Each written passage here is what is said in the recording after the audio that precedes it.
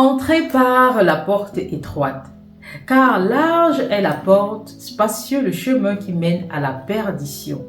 Et il y a beaucoup qui entrent par là. Mais étroite est la porte, resserré le chemin qui mène à la vie, et il y en a peu qui les trouvent. Mesdames et messieurs, vous pourrez retrouver ces versets dans le livre de Matthieu chapitre 7, versets 13 à 14. Ils seront le socle même de notre vidéo et nous permettront de délivrer notre enseignement aujourd'hui. Oui, nous allons parler du chemin étroit. Le Saint-Esprit a parlé à mon cœur, mesdames et messieurs, et il est important que je vous délivre ce message. Je vous invite à vous prendre de quoi noter une Bible et je vous assure, cet enseignement vous servira et sera d'une grande utilité pour votre vie. Si vous ne vous êtes pas encore abonné, c'est le moment, je vous invite à le faire et à activer la cloche de notification, partager massivement nos enseignements autour de vous parce que notre chaîne permet d'activer la foi que le Seigneur a déposée au fond de votre cœur. Oui, il a été prévu pour nous tous une dose de foi et il est important d'être conscient de cela parce que nous ne devons pas vivre par la peur mais par la foi pour exécuter la volonté du Père, car seuls ceux qui feront la volonté du Père entreront dans son royaume. Beaucoup de nos jours, mesdames et messieurs, préfèrent suivre le chemin de la facilité, car selon eux, facile d'accès et peu tracassant. Oui, nous vivons dans un monde où nous voulons tout de suite.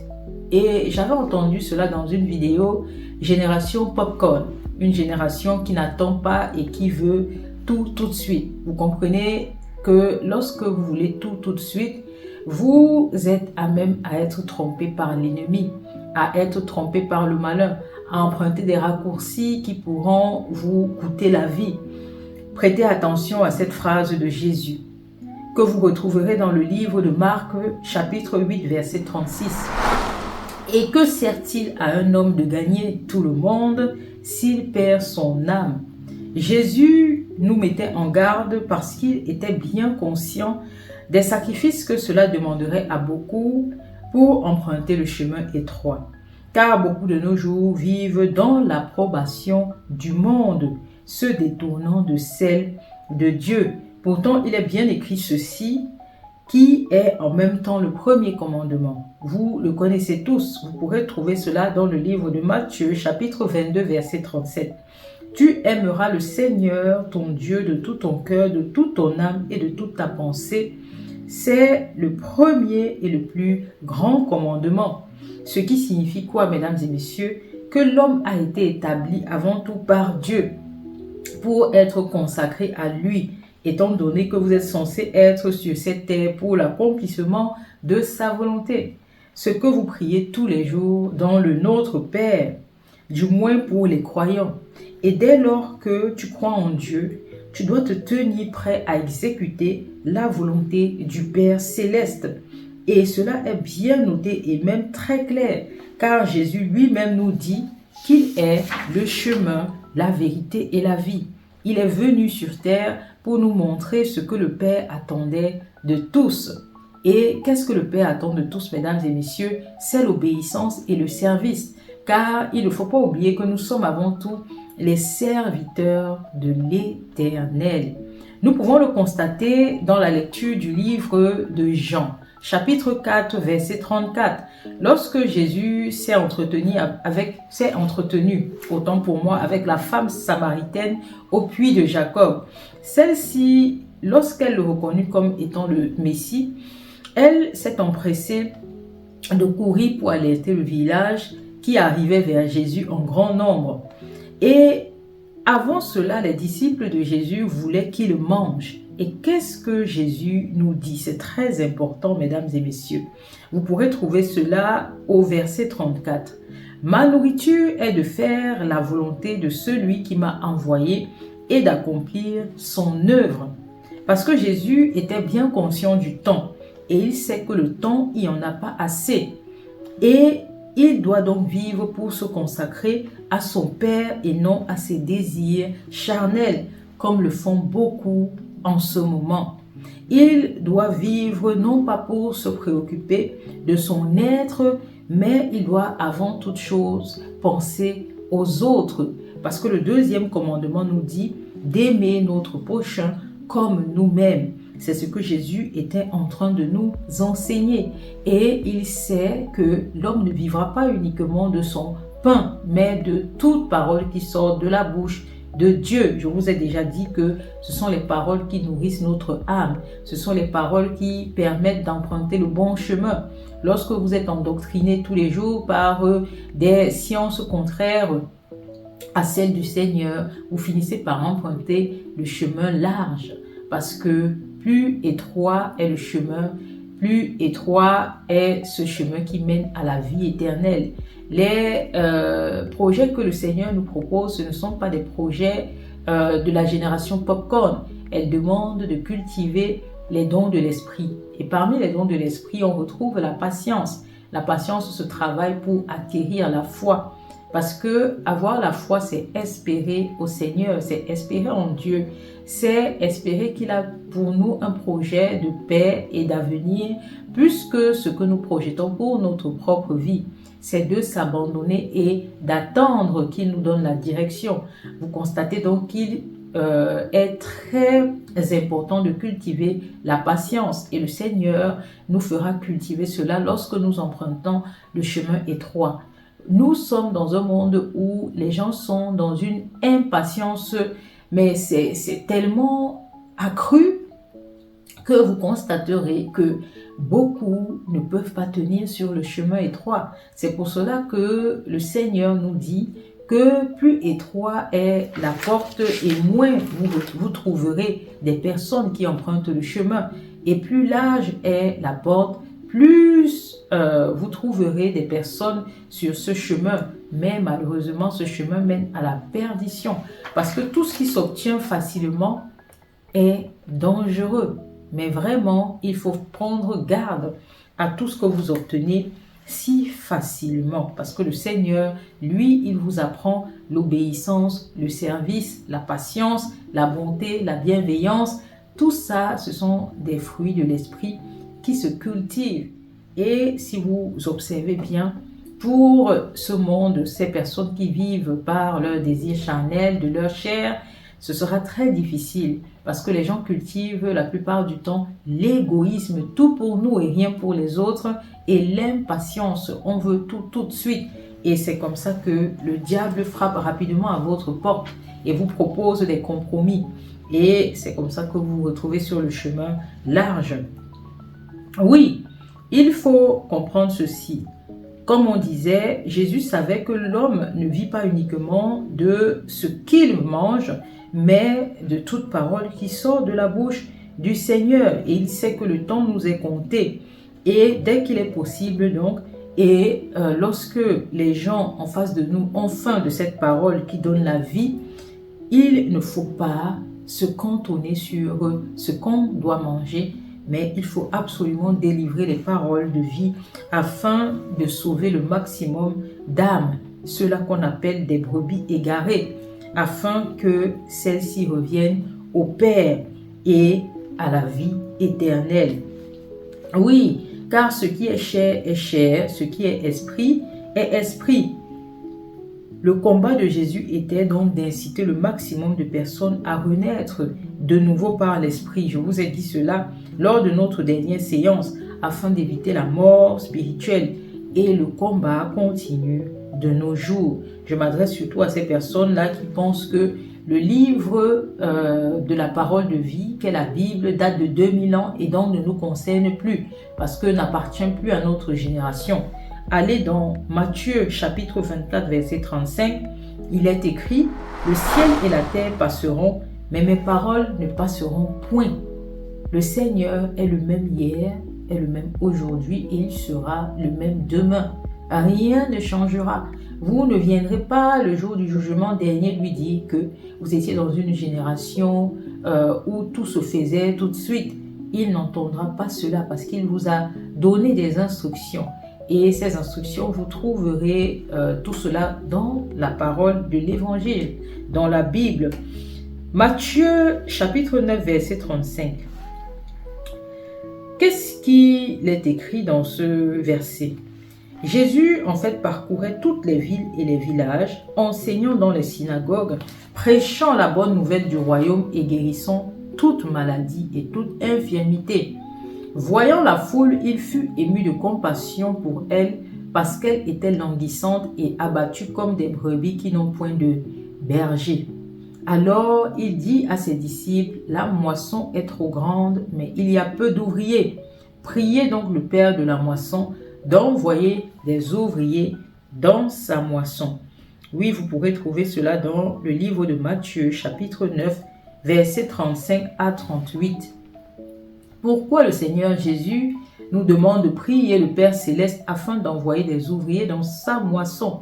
Parce qu'il est conscient que beaucoup vivent sur le chemin large, car sur ce chemin, il n'y a point de berger. Ce chemin, pourquoi je dis qu'il n'y a point de berger? Parce que des gens poursuivent des projets vains. Des gens sont sur ce chemin parce que trop ambitieux, parce que poursuivant leurs propres projets, poursuivant des richesses vaines, des richesses éphémères, parce qu'ils pensent plus à eux qu'à autrui. Ce sont des personnes qui servent en quelque sorte le diable, entre guillemets, parce que ce sont des personnes idolâtres. Les personnes idolâtres sont quel genre de personnes? Ceux-là qui suivent leur vice, ceux-là qui suivent l'argent plus que la voie du Seigneur, ceux-là qui s'attachent au matériel. Ces personnes-là sont sans berger parce qu'ils sont en train d'idolâtrer tout ce qui ne concerne pas Dieu. Ou ce sont ces personnes-là qui passent le temps à convoiter et à envier, par exemple sur les réseaux sociaux. Lorsque vous dites que vous avez vous êtes fan, idole, vous avez des idoles que vous admirez, vous voulez devenir comme telle ou telle personne. Sachez que pour Dieu, vous êtes unique en votre genre. Il y a un projet qui a été formé pour vous depuis la création. Et il dit que ce sont des projets de paix et non de malheur pour vous donner un avenir et de l'espérance. Vous avez votre part de partition à mener sur cette terre. Vous êtes venu pour accomplir quelque chose de particulier. Et vous ne pourrez pas le savoir si vous êtes sur le chemin large. Il faut vous rapprocher du chemin étroit. Et par ce chemin, on vit par sa foi. Parce que c'est Dieu qui nous conduit, c'est Dieu qui nous instruit et c'est lui qui nous donne la direction. Et il nous donne donc le projet selon le don qu'il nous a donné. Je vous avais dit que le Seigneur a placé en chacun de nous des dons. Ne dites plus que vous êtes quelqu'un qui est venu sur terre accompagner le prochain. Parce que le Seigneur vous a donné un don. Et il vous donne également des talents pour travailler avec les dons qu'il vous a confiés. Et c'est par ces dons-là que vous permettez au prochain de revenir à lui. Oui, parce que les dons de l'esprit que nous possédons, les uns les autres nous permettent d'obtenir une foi parfaite. Je vous ai expliqué cela sur la vidéo qui concernait la sanctification que je vous invite à aller suivre si vous ne connaissez pas cela. Et ça s'appelle la parabole des talents. Au travers de cette parabole, le Seigneur nous guide et nous exhorte à travailler les uns pour les autres en Christ, je précise très bien, parce qu'il est important pour le Seigneur de renaître de nouveau. Nous sommes nés de la chair. Je vous ai parlé de cette conversation que Jésus-Christ a eue avec Nicodème, le chef des Juifs, qui était venu lui poser des questions parce que Jésus avait pu sortir les démons de Marie-Madeleine. Lui, il n'avait pas pu faire cela. Et il avait dit que seul celui qui vient de Dieu peut le faire. Et miraculeusement, quelques temps plus tard, Jésus a fait ces miracles-là qu'il n'a pas pu, lui, chef des Juifs, faire. Et il vient donc à la source poser des questions. Et Jésus lui dit qu'il faut renaître de nouveau. Il faut renaître d'eau et d'esprit.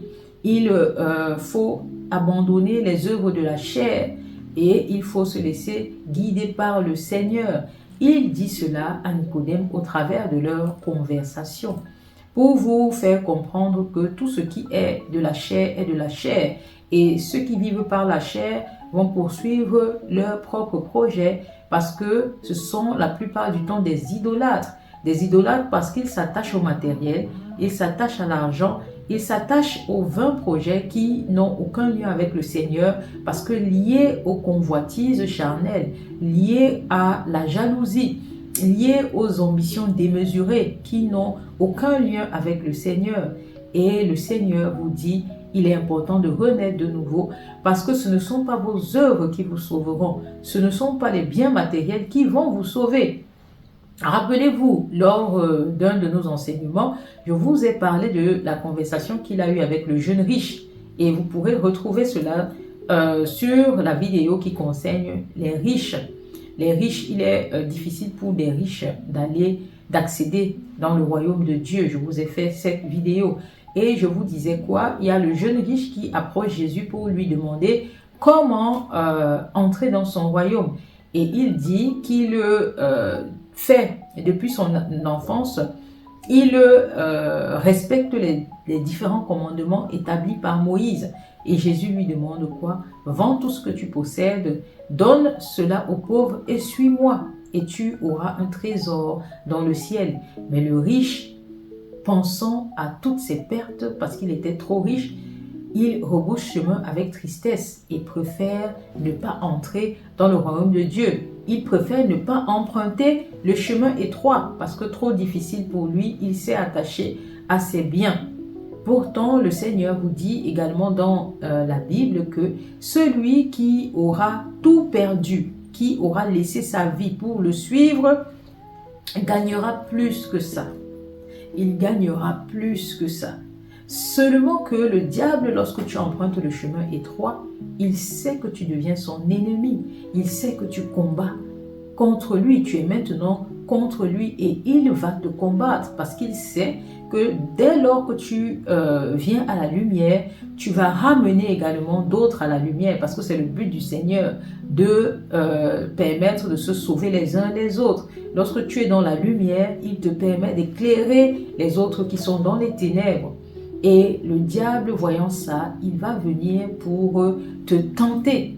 Et seul le Seigneur pourra te faire sortir de la tentation tous les jours. C'est pour cela qu'il faudra t'en remettre à lui, te repentir chaque jour que Dieu fait, reconnaître tes torts, reconnaître tes péchés, demander à Dieu de te guider et de te montrer le chemin.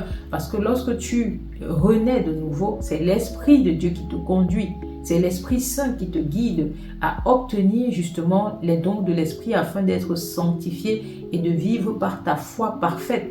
Et maintenant, c'est le Seigneur qui te montre la voie, qui combat pour toi et qui te sort des tentations du diable afin de te maintenir sur le chemin étroit. Dès lors que tu as la volonté de suivre le Seigneur, tes combats ne sont plus tes combats. Pourquoi? Parce qu'il est ton berger. Et le berger, il marche devant toi et de sa houlette et de son bâton, il te réconforte. C'est marqué dans le psaume 23 que je te demande d'aller lire. C'est exactement comme ça qu'est la vie avec le Seigneur. Il est dit, le Seigneur est mon berger, je ne manquerai de rien. Il subvient à tes besoins. Ce que tu perds, il te le redonne au centuple. Il est ton consolateur. Il est celui qui te débarrasse de tes soucis. Tu ne vis plus par tes vices. Il te débarrasse du joug du péché. Alors que lorsque tu es sur un chemin large, tu es quelqu'un qui est oppressé par le monde. Tu es oppressé par les vices. Tu es assailli par tes désirs charnels. Tu as toujours ce vide-là au fond de ton cœur parce qu'il te manque l'Esprit du Seigneur. Cet Esprit qui t'apporte quoi? La plénitude, le bonheur. Parce que l'Esprit te conduit à obtenir les dons de l'Esprit. Et les dons de l'Esprit, on a vu, il y a la paix, il y a la joie, il y a la bonté, il y a la bienveillance, il y a la maîtrise de soi, il y a la miséricorde, il y a tout ce qui est lié à l'amour et par-dessus tout la foi. Tu vois que à un moment donné, lorsque tu empruntes le chemin étroit, tu te facilites la vie et tu te donnes accès au royaume de Dieu. Il faut vouloir abandonner la chair. Parce que la chair est amenée à mourir. Le Seigneur te l'a déjà dit. C'est pour cela qu'il veut que tu l'adores en esprit. Parce que lui-même est esprit. Et la vie qu'il te propose après celle-ci, c'est la vie avec l'esprit, avec lui parce que nous serons comme des anges près du Seigneur. Et le Seigneur l'a dit dans les passages bibliques. Lorsque les pharisiens sont venus lui poser la question concernant le divorce, il parlait d'une femme qui a eu 7 maris et qui a eu à se mettre avec 7 frères de la même famille. Et ils ont demandé à Jésus quel de ses frères serait son mari au paradis. Jésus a dit, vous vous trompez, vous êtes dans l'erreur parce qu'au paradis, les hommes sont comme des anges auprès du Seigneur. Et c'est pour vous dire que la chair est amenée à disparaître et nous renaîtrons de nouveau au travers de l'esprit. C'est pour cela que Jésus nous a dit qu'il est venu pour sauver le monde de la mort spirituelle. Il vous demande de ne pas vous préoccuper de tout ce qui est éphémère, de fixer vos yeux sur les trésors d'en haut. Donc, il faut fixer vos yeux sur la foi que le Seigneur vous propose parce que cette foi vous permet d'être guidé par l'Esprit Saint et de vivre selon sa volonté.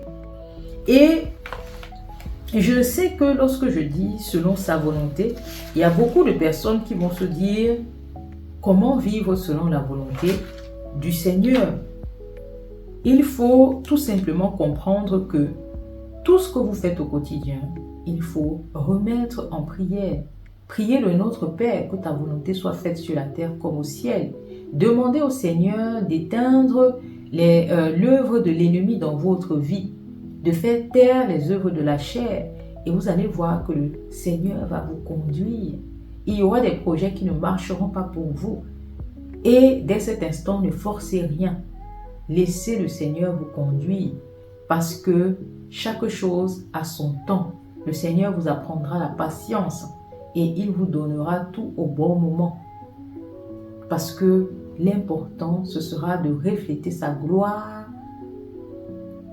autour de vous, de telle sorte que ce que vous obtenez devient un miracle pour ceux qui vous entourent. Et cela va permettre aux autres de rechercher le chemin étroit parce qu'ils voient bien que ce que vous avez n'est pas de votre propre intelligence. Ça ne vient que du Seigneur. Et il dit donc que mon peuple périt faute de connaissance. La connaissance se trouve où? Dans la Bible. Allez dans Jean chapitre 12, versets 46 à 48. Je suis venu comme une lumière dans le monde afin que quiconque croit en moi ne demeure pas dans les ténèbres. Si quelqu'un entend mes paroles et ne les garde point, ce n'est pas moi qui le juge, car je suis venu non pour juger le monde, mais pour sauver le monde. Celui qui me rejette et qui ne reçoit pas mes paroles à son juge, la parole que j'ai annoncée, c'est elle qui le jugera au dernier jour. Alors, si tu ne t'éloignes pas, autant pour moi, si tu t'éloignes de la parole par manque de temps, ou même encore par souci de la vie, sache que tu fais partie des brebis égarées. Il est essentiel que tu te rapproches du maître des temps, du maître de la moisson, qui est encore prêt à te recevoir dans son royaume. Pourquoi il est prêt à te recevoir? Tout simplement parce qu'aujourd'hui, tu es encore en vie et tu écoutes cet enseignement. Le Seigneur voudrait donc que tu reviennes à lui parce qu'il t'aime et parce qu'il est miséricordieux.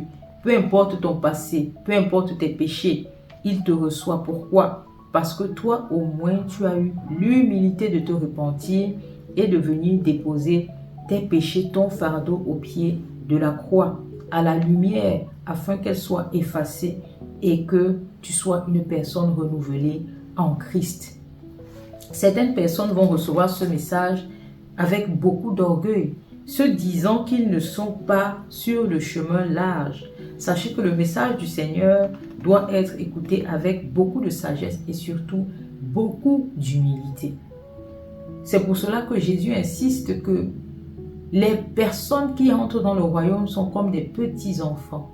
Il sait que la doctrine du Seigneur est tellement différente de la doctrine du monde que ceux qui se croient plus intelligents ne pourront y entrer parce qu'ils viendront toujours avec des critiques. Il dit également qu'il est le potier et vous êtes l'argile. Il demande, est-ce que l'ouvrage va venir demander au potier ce qu'il est en train de faire? Est-ce que l'enfant enfante sa mère? Le Seigneur aimerait que vous posiez beaucoup de questions. Il y a plein de choses que vous ne comprendrez pas. Seul le Seigneur sait. C'est pour cela qu'il vous demande de vous abandonner. C'est pour cela que Jésus nous a montré l'obéissance et le service. C'est ce que le Seigneur attend de nous.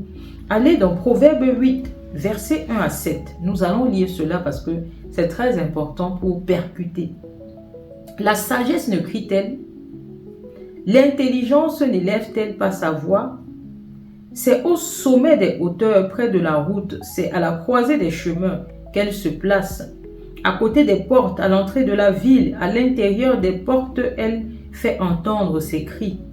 En fait, le Seigneur vous dit qu'il est partout à la fois car il est représenté dans chacun, dans le prochain.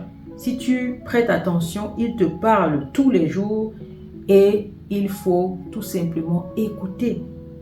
Parce que la sagesse représente le Seigneur. Au verset 4, on continue. « Homme, c'est à vous que je crie et ma voix s'adresse au Fils de l'homme. Stupide, apprenez le discernement. Insensé, apprenez l'intelligence. Écoutez car j'ai de grandes choses à dire et mes lèvres s'ouvrent pour enseigner ce qui est droit. » Il est important de demander le discernement au Seigneur, mesdames et messieurs. Également, demandez-lui son intelligence, car nombreuses personnes s'égarent à cause de l'orgueil. C'est pour cela que le Seigneur vous dit que la sagesse ne crie-t-elle pas et que vous la trouvez partout, au sommet des hauteurs, près des routes, à la croisée des chemins. Vous trouverez le Seigneur partout. Il suffit d'ouvrir les yeux, d'écouter et d'entendre. Il vous demande d'écouter et surtout demander le discernement, demander son intelligence pour ne pas raisonner par l'orgueil. Parce que le Seigneur, lui, il rabaisse les orgueilleux. Il déteste l'orgueil. C'est écrit dans la Bible. Certaines également se retrouvent sur le chemin large parce qu'ils ont été trompés. Il y a des gens qui se retrouvent sur le chemin large par orgueil, d'autres parce qu'ils ont été trompés. Ils se sont laissés berner par des faux prophètes qui ont réussi à les éloigner du Seigneur. Je vous ai fait une vidéo également sur les faux prophètes. Il est essentiel d'écouter cette vidéo parce que crucial pour votre marche avec le Seigneur. Il faut reconnaître la bonne semence de la mauvaise parce que la parole compte énormément pour votre vie. La parole vous a fait, la parole vous nourrit et il faut recevoir la bonne parole, la parole de vérité. Et c'est cette parole qui vous donne la bonne semence et vous permet de marcher sur le chemin étroit.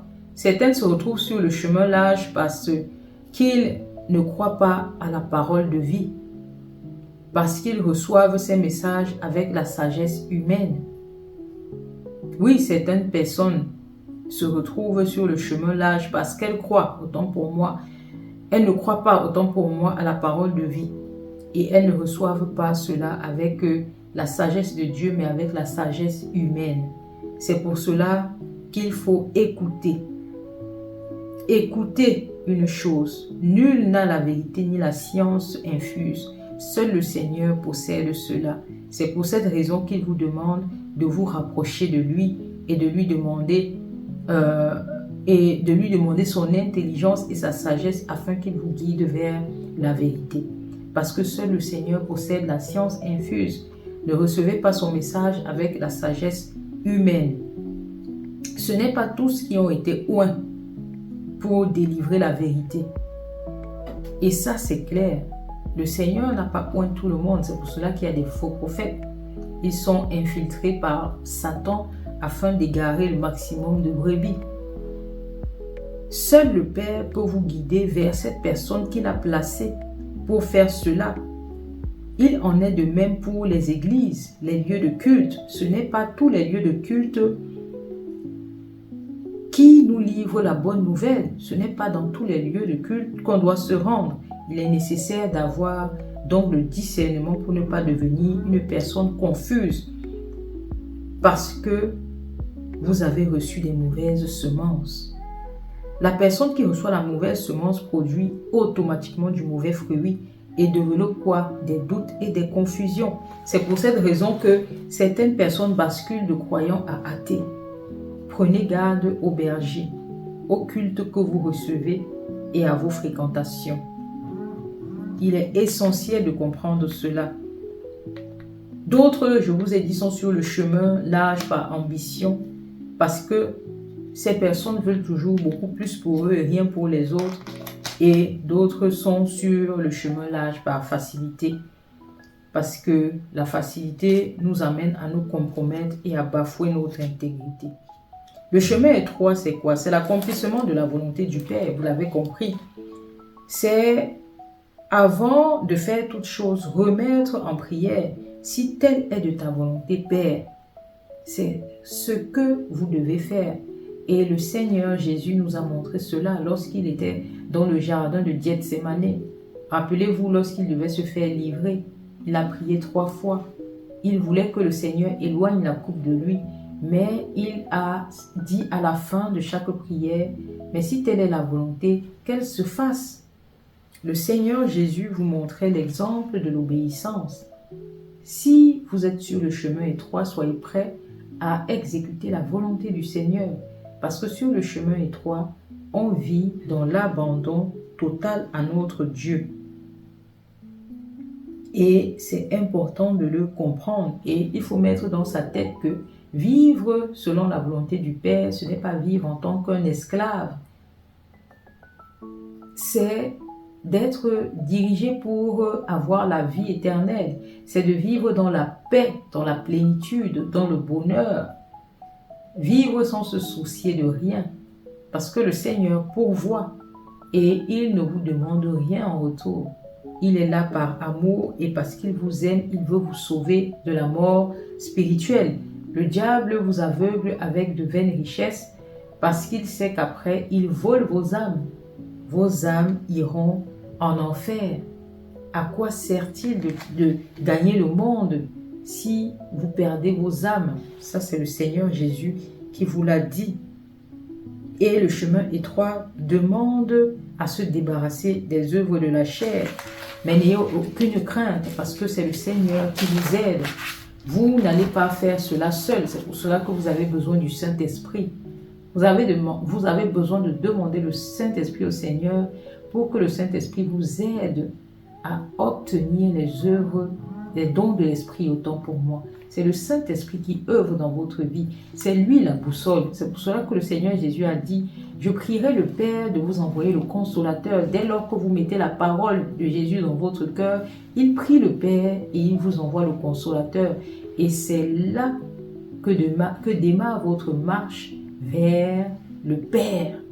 Parce que à cet instant, dès lors que le Saint-Esprit vous habite, vous devenez enfant de Dieu. Comprenez cela, dès que le Saint-Esprit vous habite, vous êtes automatiquement marqué. Vous êtes enfant de Dieu. Et maintenant, vous vous abandonnez et le Seigneur vous conduit. Il est votre berger. Vous êtes ses brebis. Et il vous évite les pièges du malin. C'est ça que le Seigneur veut pour chacun d'entre nous. Il veut être présent pour nous éviter les pièges et les tentations du malin qui vont nous conduire à la perdition et qui vont nous fermer la porte du royaume des cieux. Lorsque vous êtes marqué du Saint-Esprit, vous êtes guidé. Et à la fin, lorsque le Fils de l'homme reviendra dans sa gloire, avec la langue de feu à double tranchant, il séparera les bonnes graines des mauvaises et vous ferez partie de ces bonnes graines-là. Et je vous ai expliqué, Jésus est avant tout la parole de vie et il est le Fils de l'homme. Vous enfantez les paroles chaque jour, il sait en qui il vit. Vu qu'il est la parole qui vous nourrit, il connaît donc la parole qui donne la bonne semence. Il sait en qui il vit. Il sait en qui il a envoyé le Consolateur parce que c'est lui qui prie le Père de vous envoyer le Consolateur. Donc automatiquement, il reconnaît ses brebis. Et il dit que ces brebis entendent le son de sa voix. Parce que pour arriver à l'état d'abandon, il faut être prêt à écouter le Seigneur. Parce que lorsque vous êtes marqué du Saint-Esprit, automatiquement le Seigneur vous ouvre l'oreille. Vous devenez sensible à la voix du Seigneur.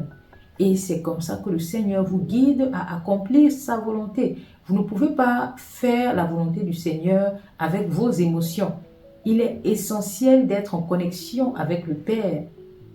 Et il faut se mettre en prière. La prière doit être pour vous un pain quotidien.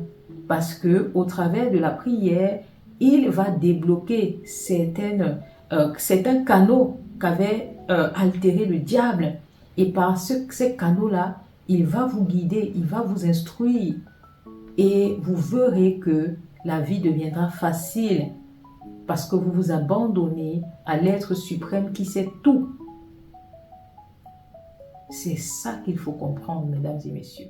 Donc j'espère que vous avez compris comment accéder au chemin étroit et comment être maintenu sur ce chemin. Il est essentiel de comprendre que le chemin large est lié à la chair et ce qui est chair est chair. Pour accéder au chemin étroit, il faut absolument renaître par l'esprit et il faut avoir le Saint-Esprit qui vous guide à avoir la foi et à exécuter la volonté du Père et à la fin à entrer dans le royaume de Dieu. Le royaume de Dieu n'est pas un concept, c'est une vérité. Pour ceux et celles qui pensent que le royaume de Dieu est un concept, ce n'est pas un concept, c'est bien réel. Il existera un jour où le temps sera fini. Il y a une fin des temps. Et cette fin des temps est marquée par l'avènement du Fils de l'homme dans sa gloire, avec la langue de feu qui viendra séparer les bonnes et les mauvaises graines. Il appelle cela séparation des brebis et des boucs. Les boucs, ce sont ceux qui ont vécu sans le berger dans leur vie sur terre. Ils ont vécu sans un berger. Et les personnes qui vivent sans le berger, ce sont ces personnes qui vivent comme des idolâtres, pourchassant de vaines gloires et n'ayant pas exécuté donc la volonté du Père Céleste. Vous n'êtes pas reconnu, vous n'êtes pas marqué du Saint-Esprit et vous n'entrerez pas dans le royaume de Dieu et votre âme sera tourmentée pour l'éternité en enfer avec le diable et ses disciples. Pensez-y avant toute chose, avant de commettre toute bêtise, pensez-y et priez, cherchez le Seigneur au travers de ses Écritures et je vous assure, il se laissera trouver par vous. Donc voilà, mesdames et messieurs, si cela vous a plu, je vous invite à vous abonner, à liker, partager massivement cet enseignement pour sauver une âme perdue et on se retrouve pour un nouvel enseignement de ma foi, à mon combat.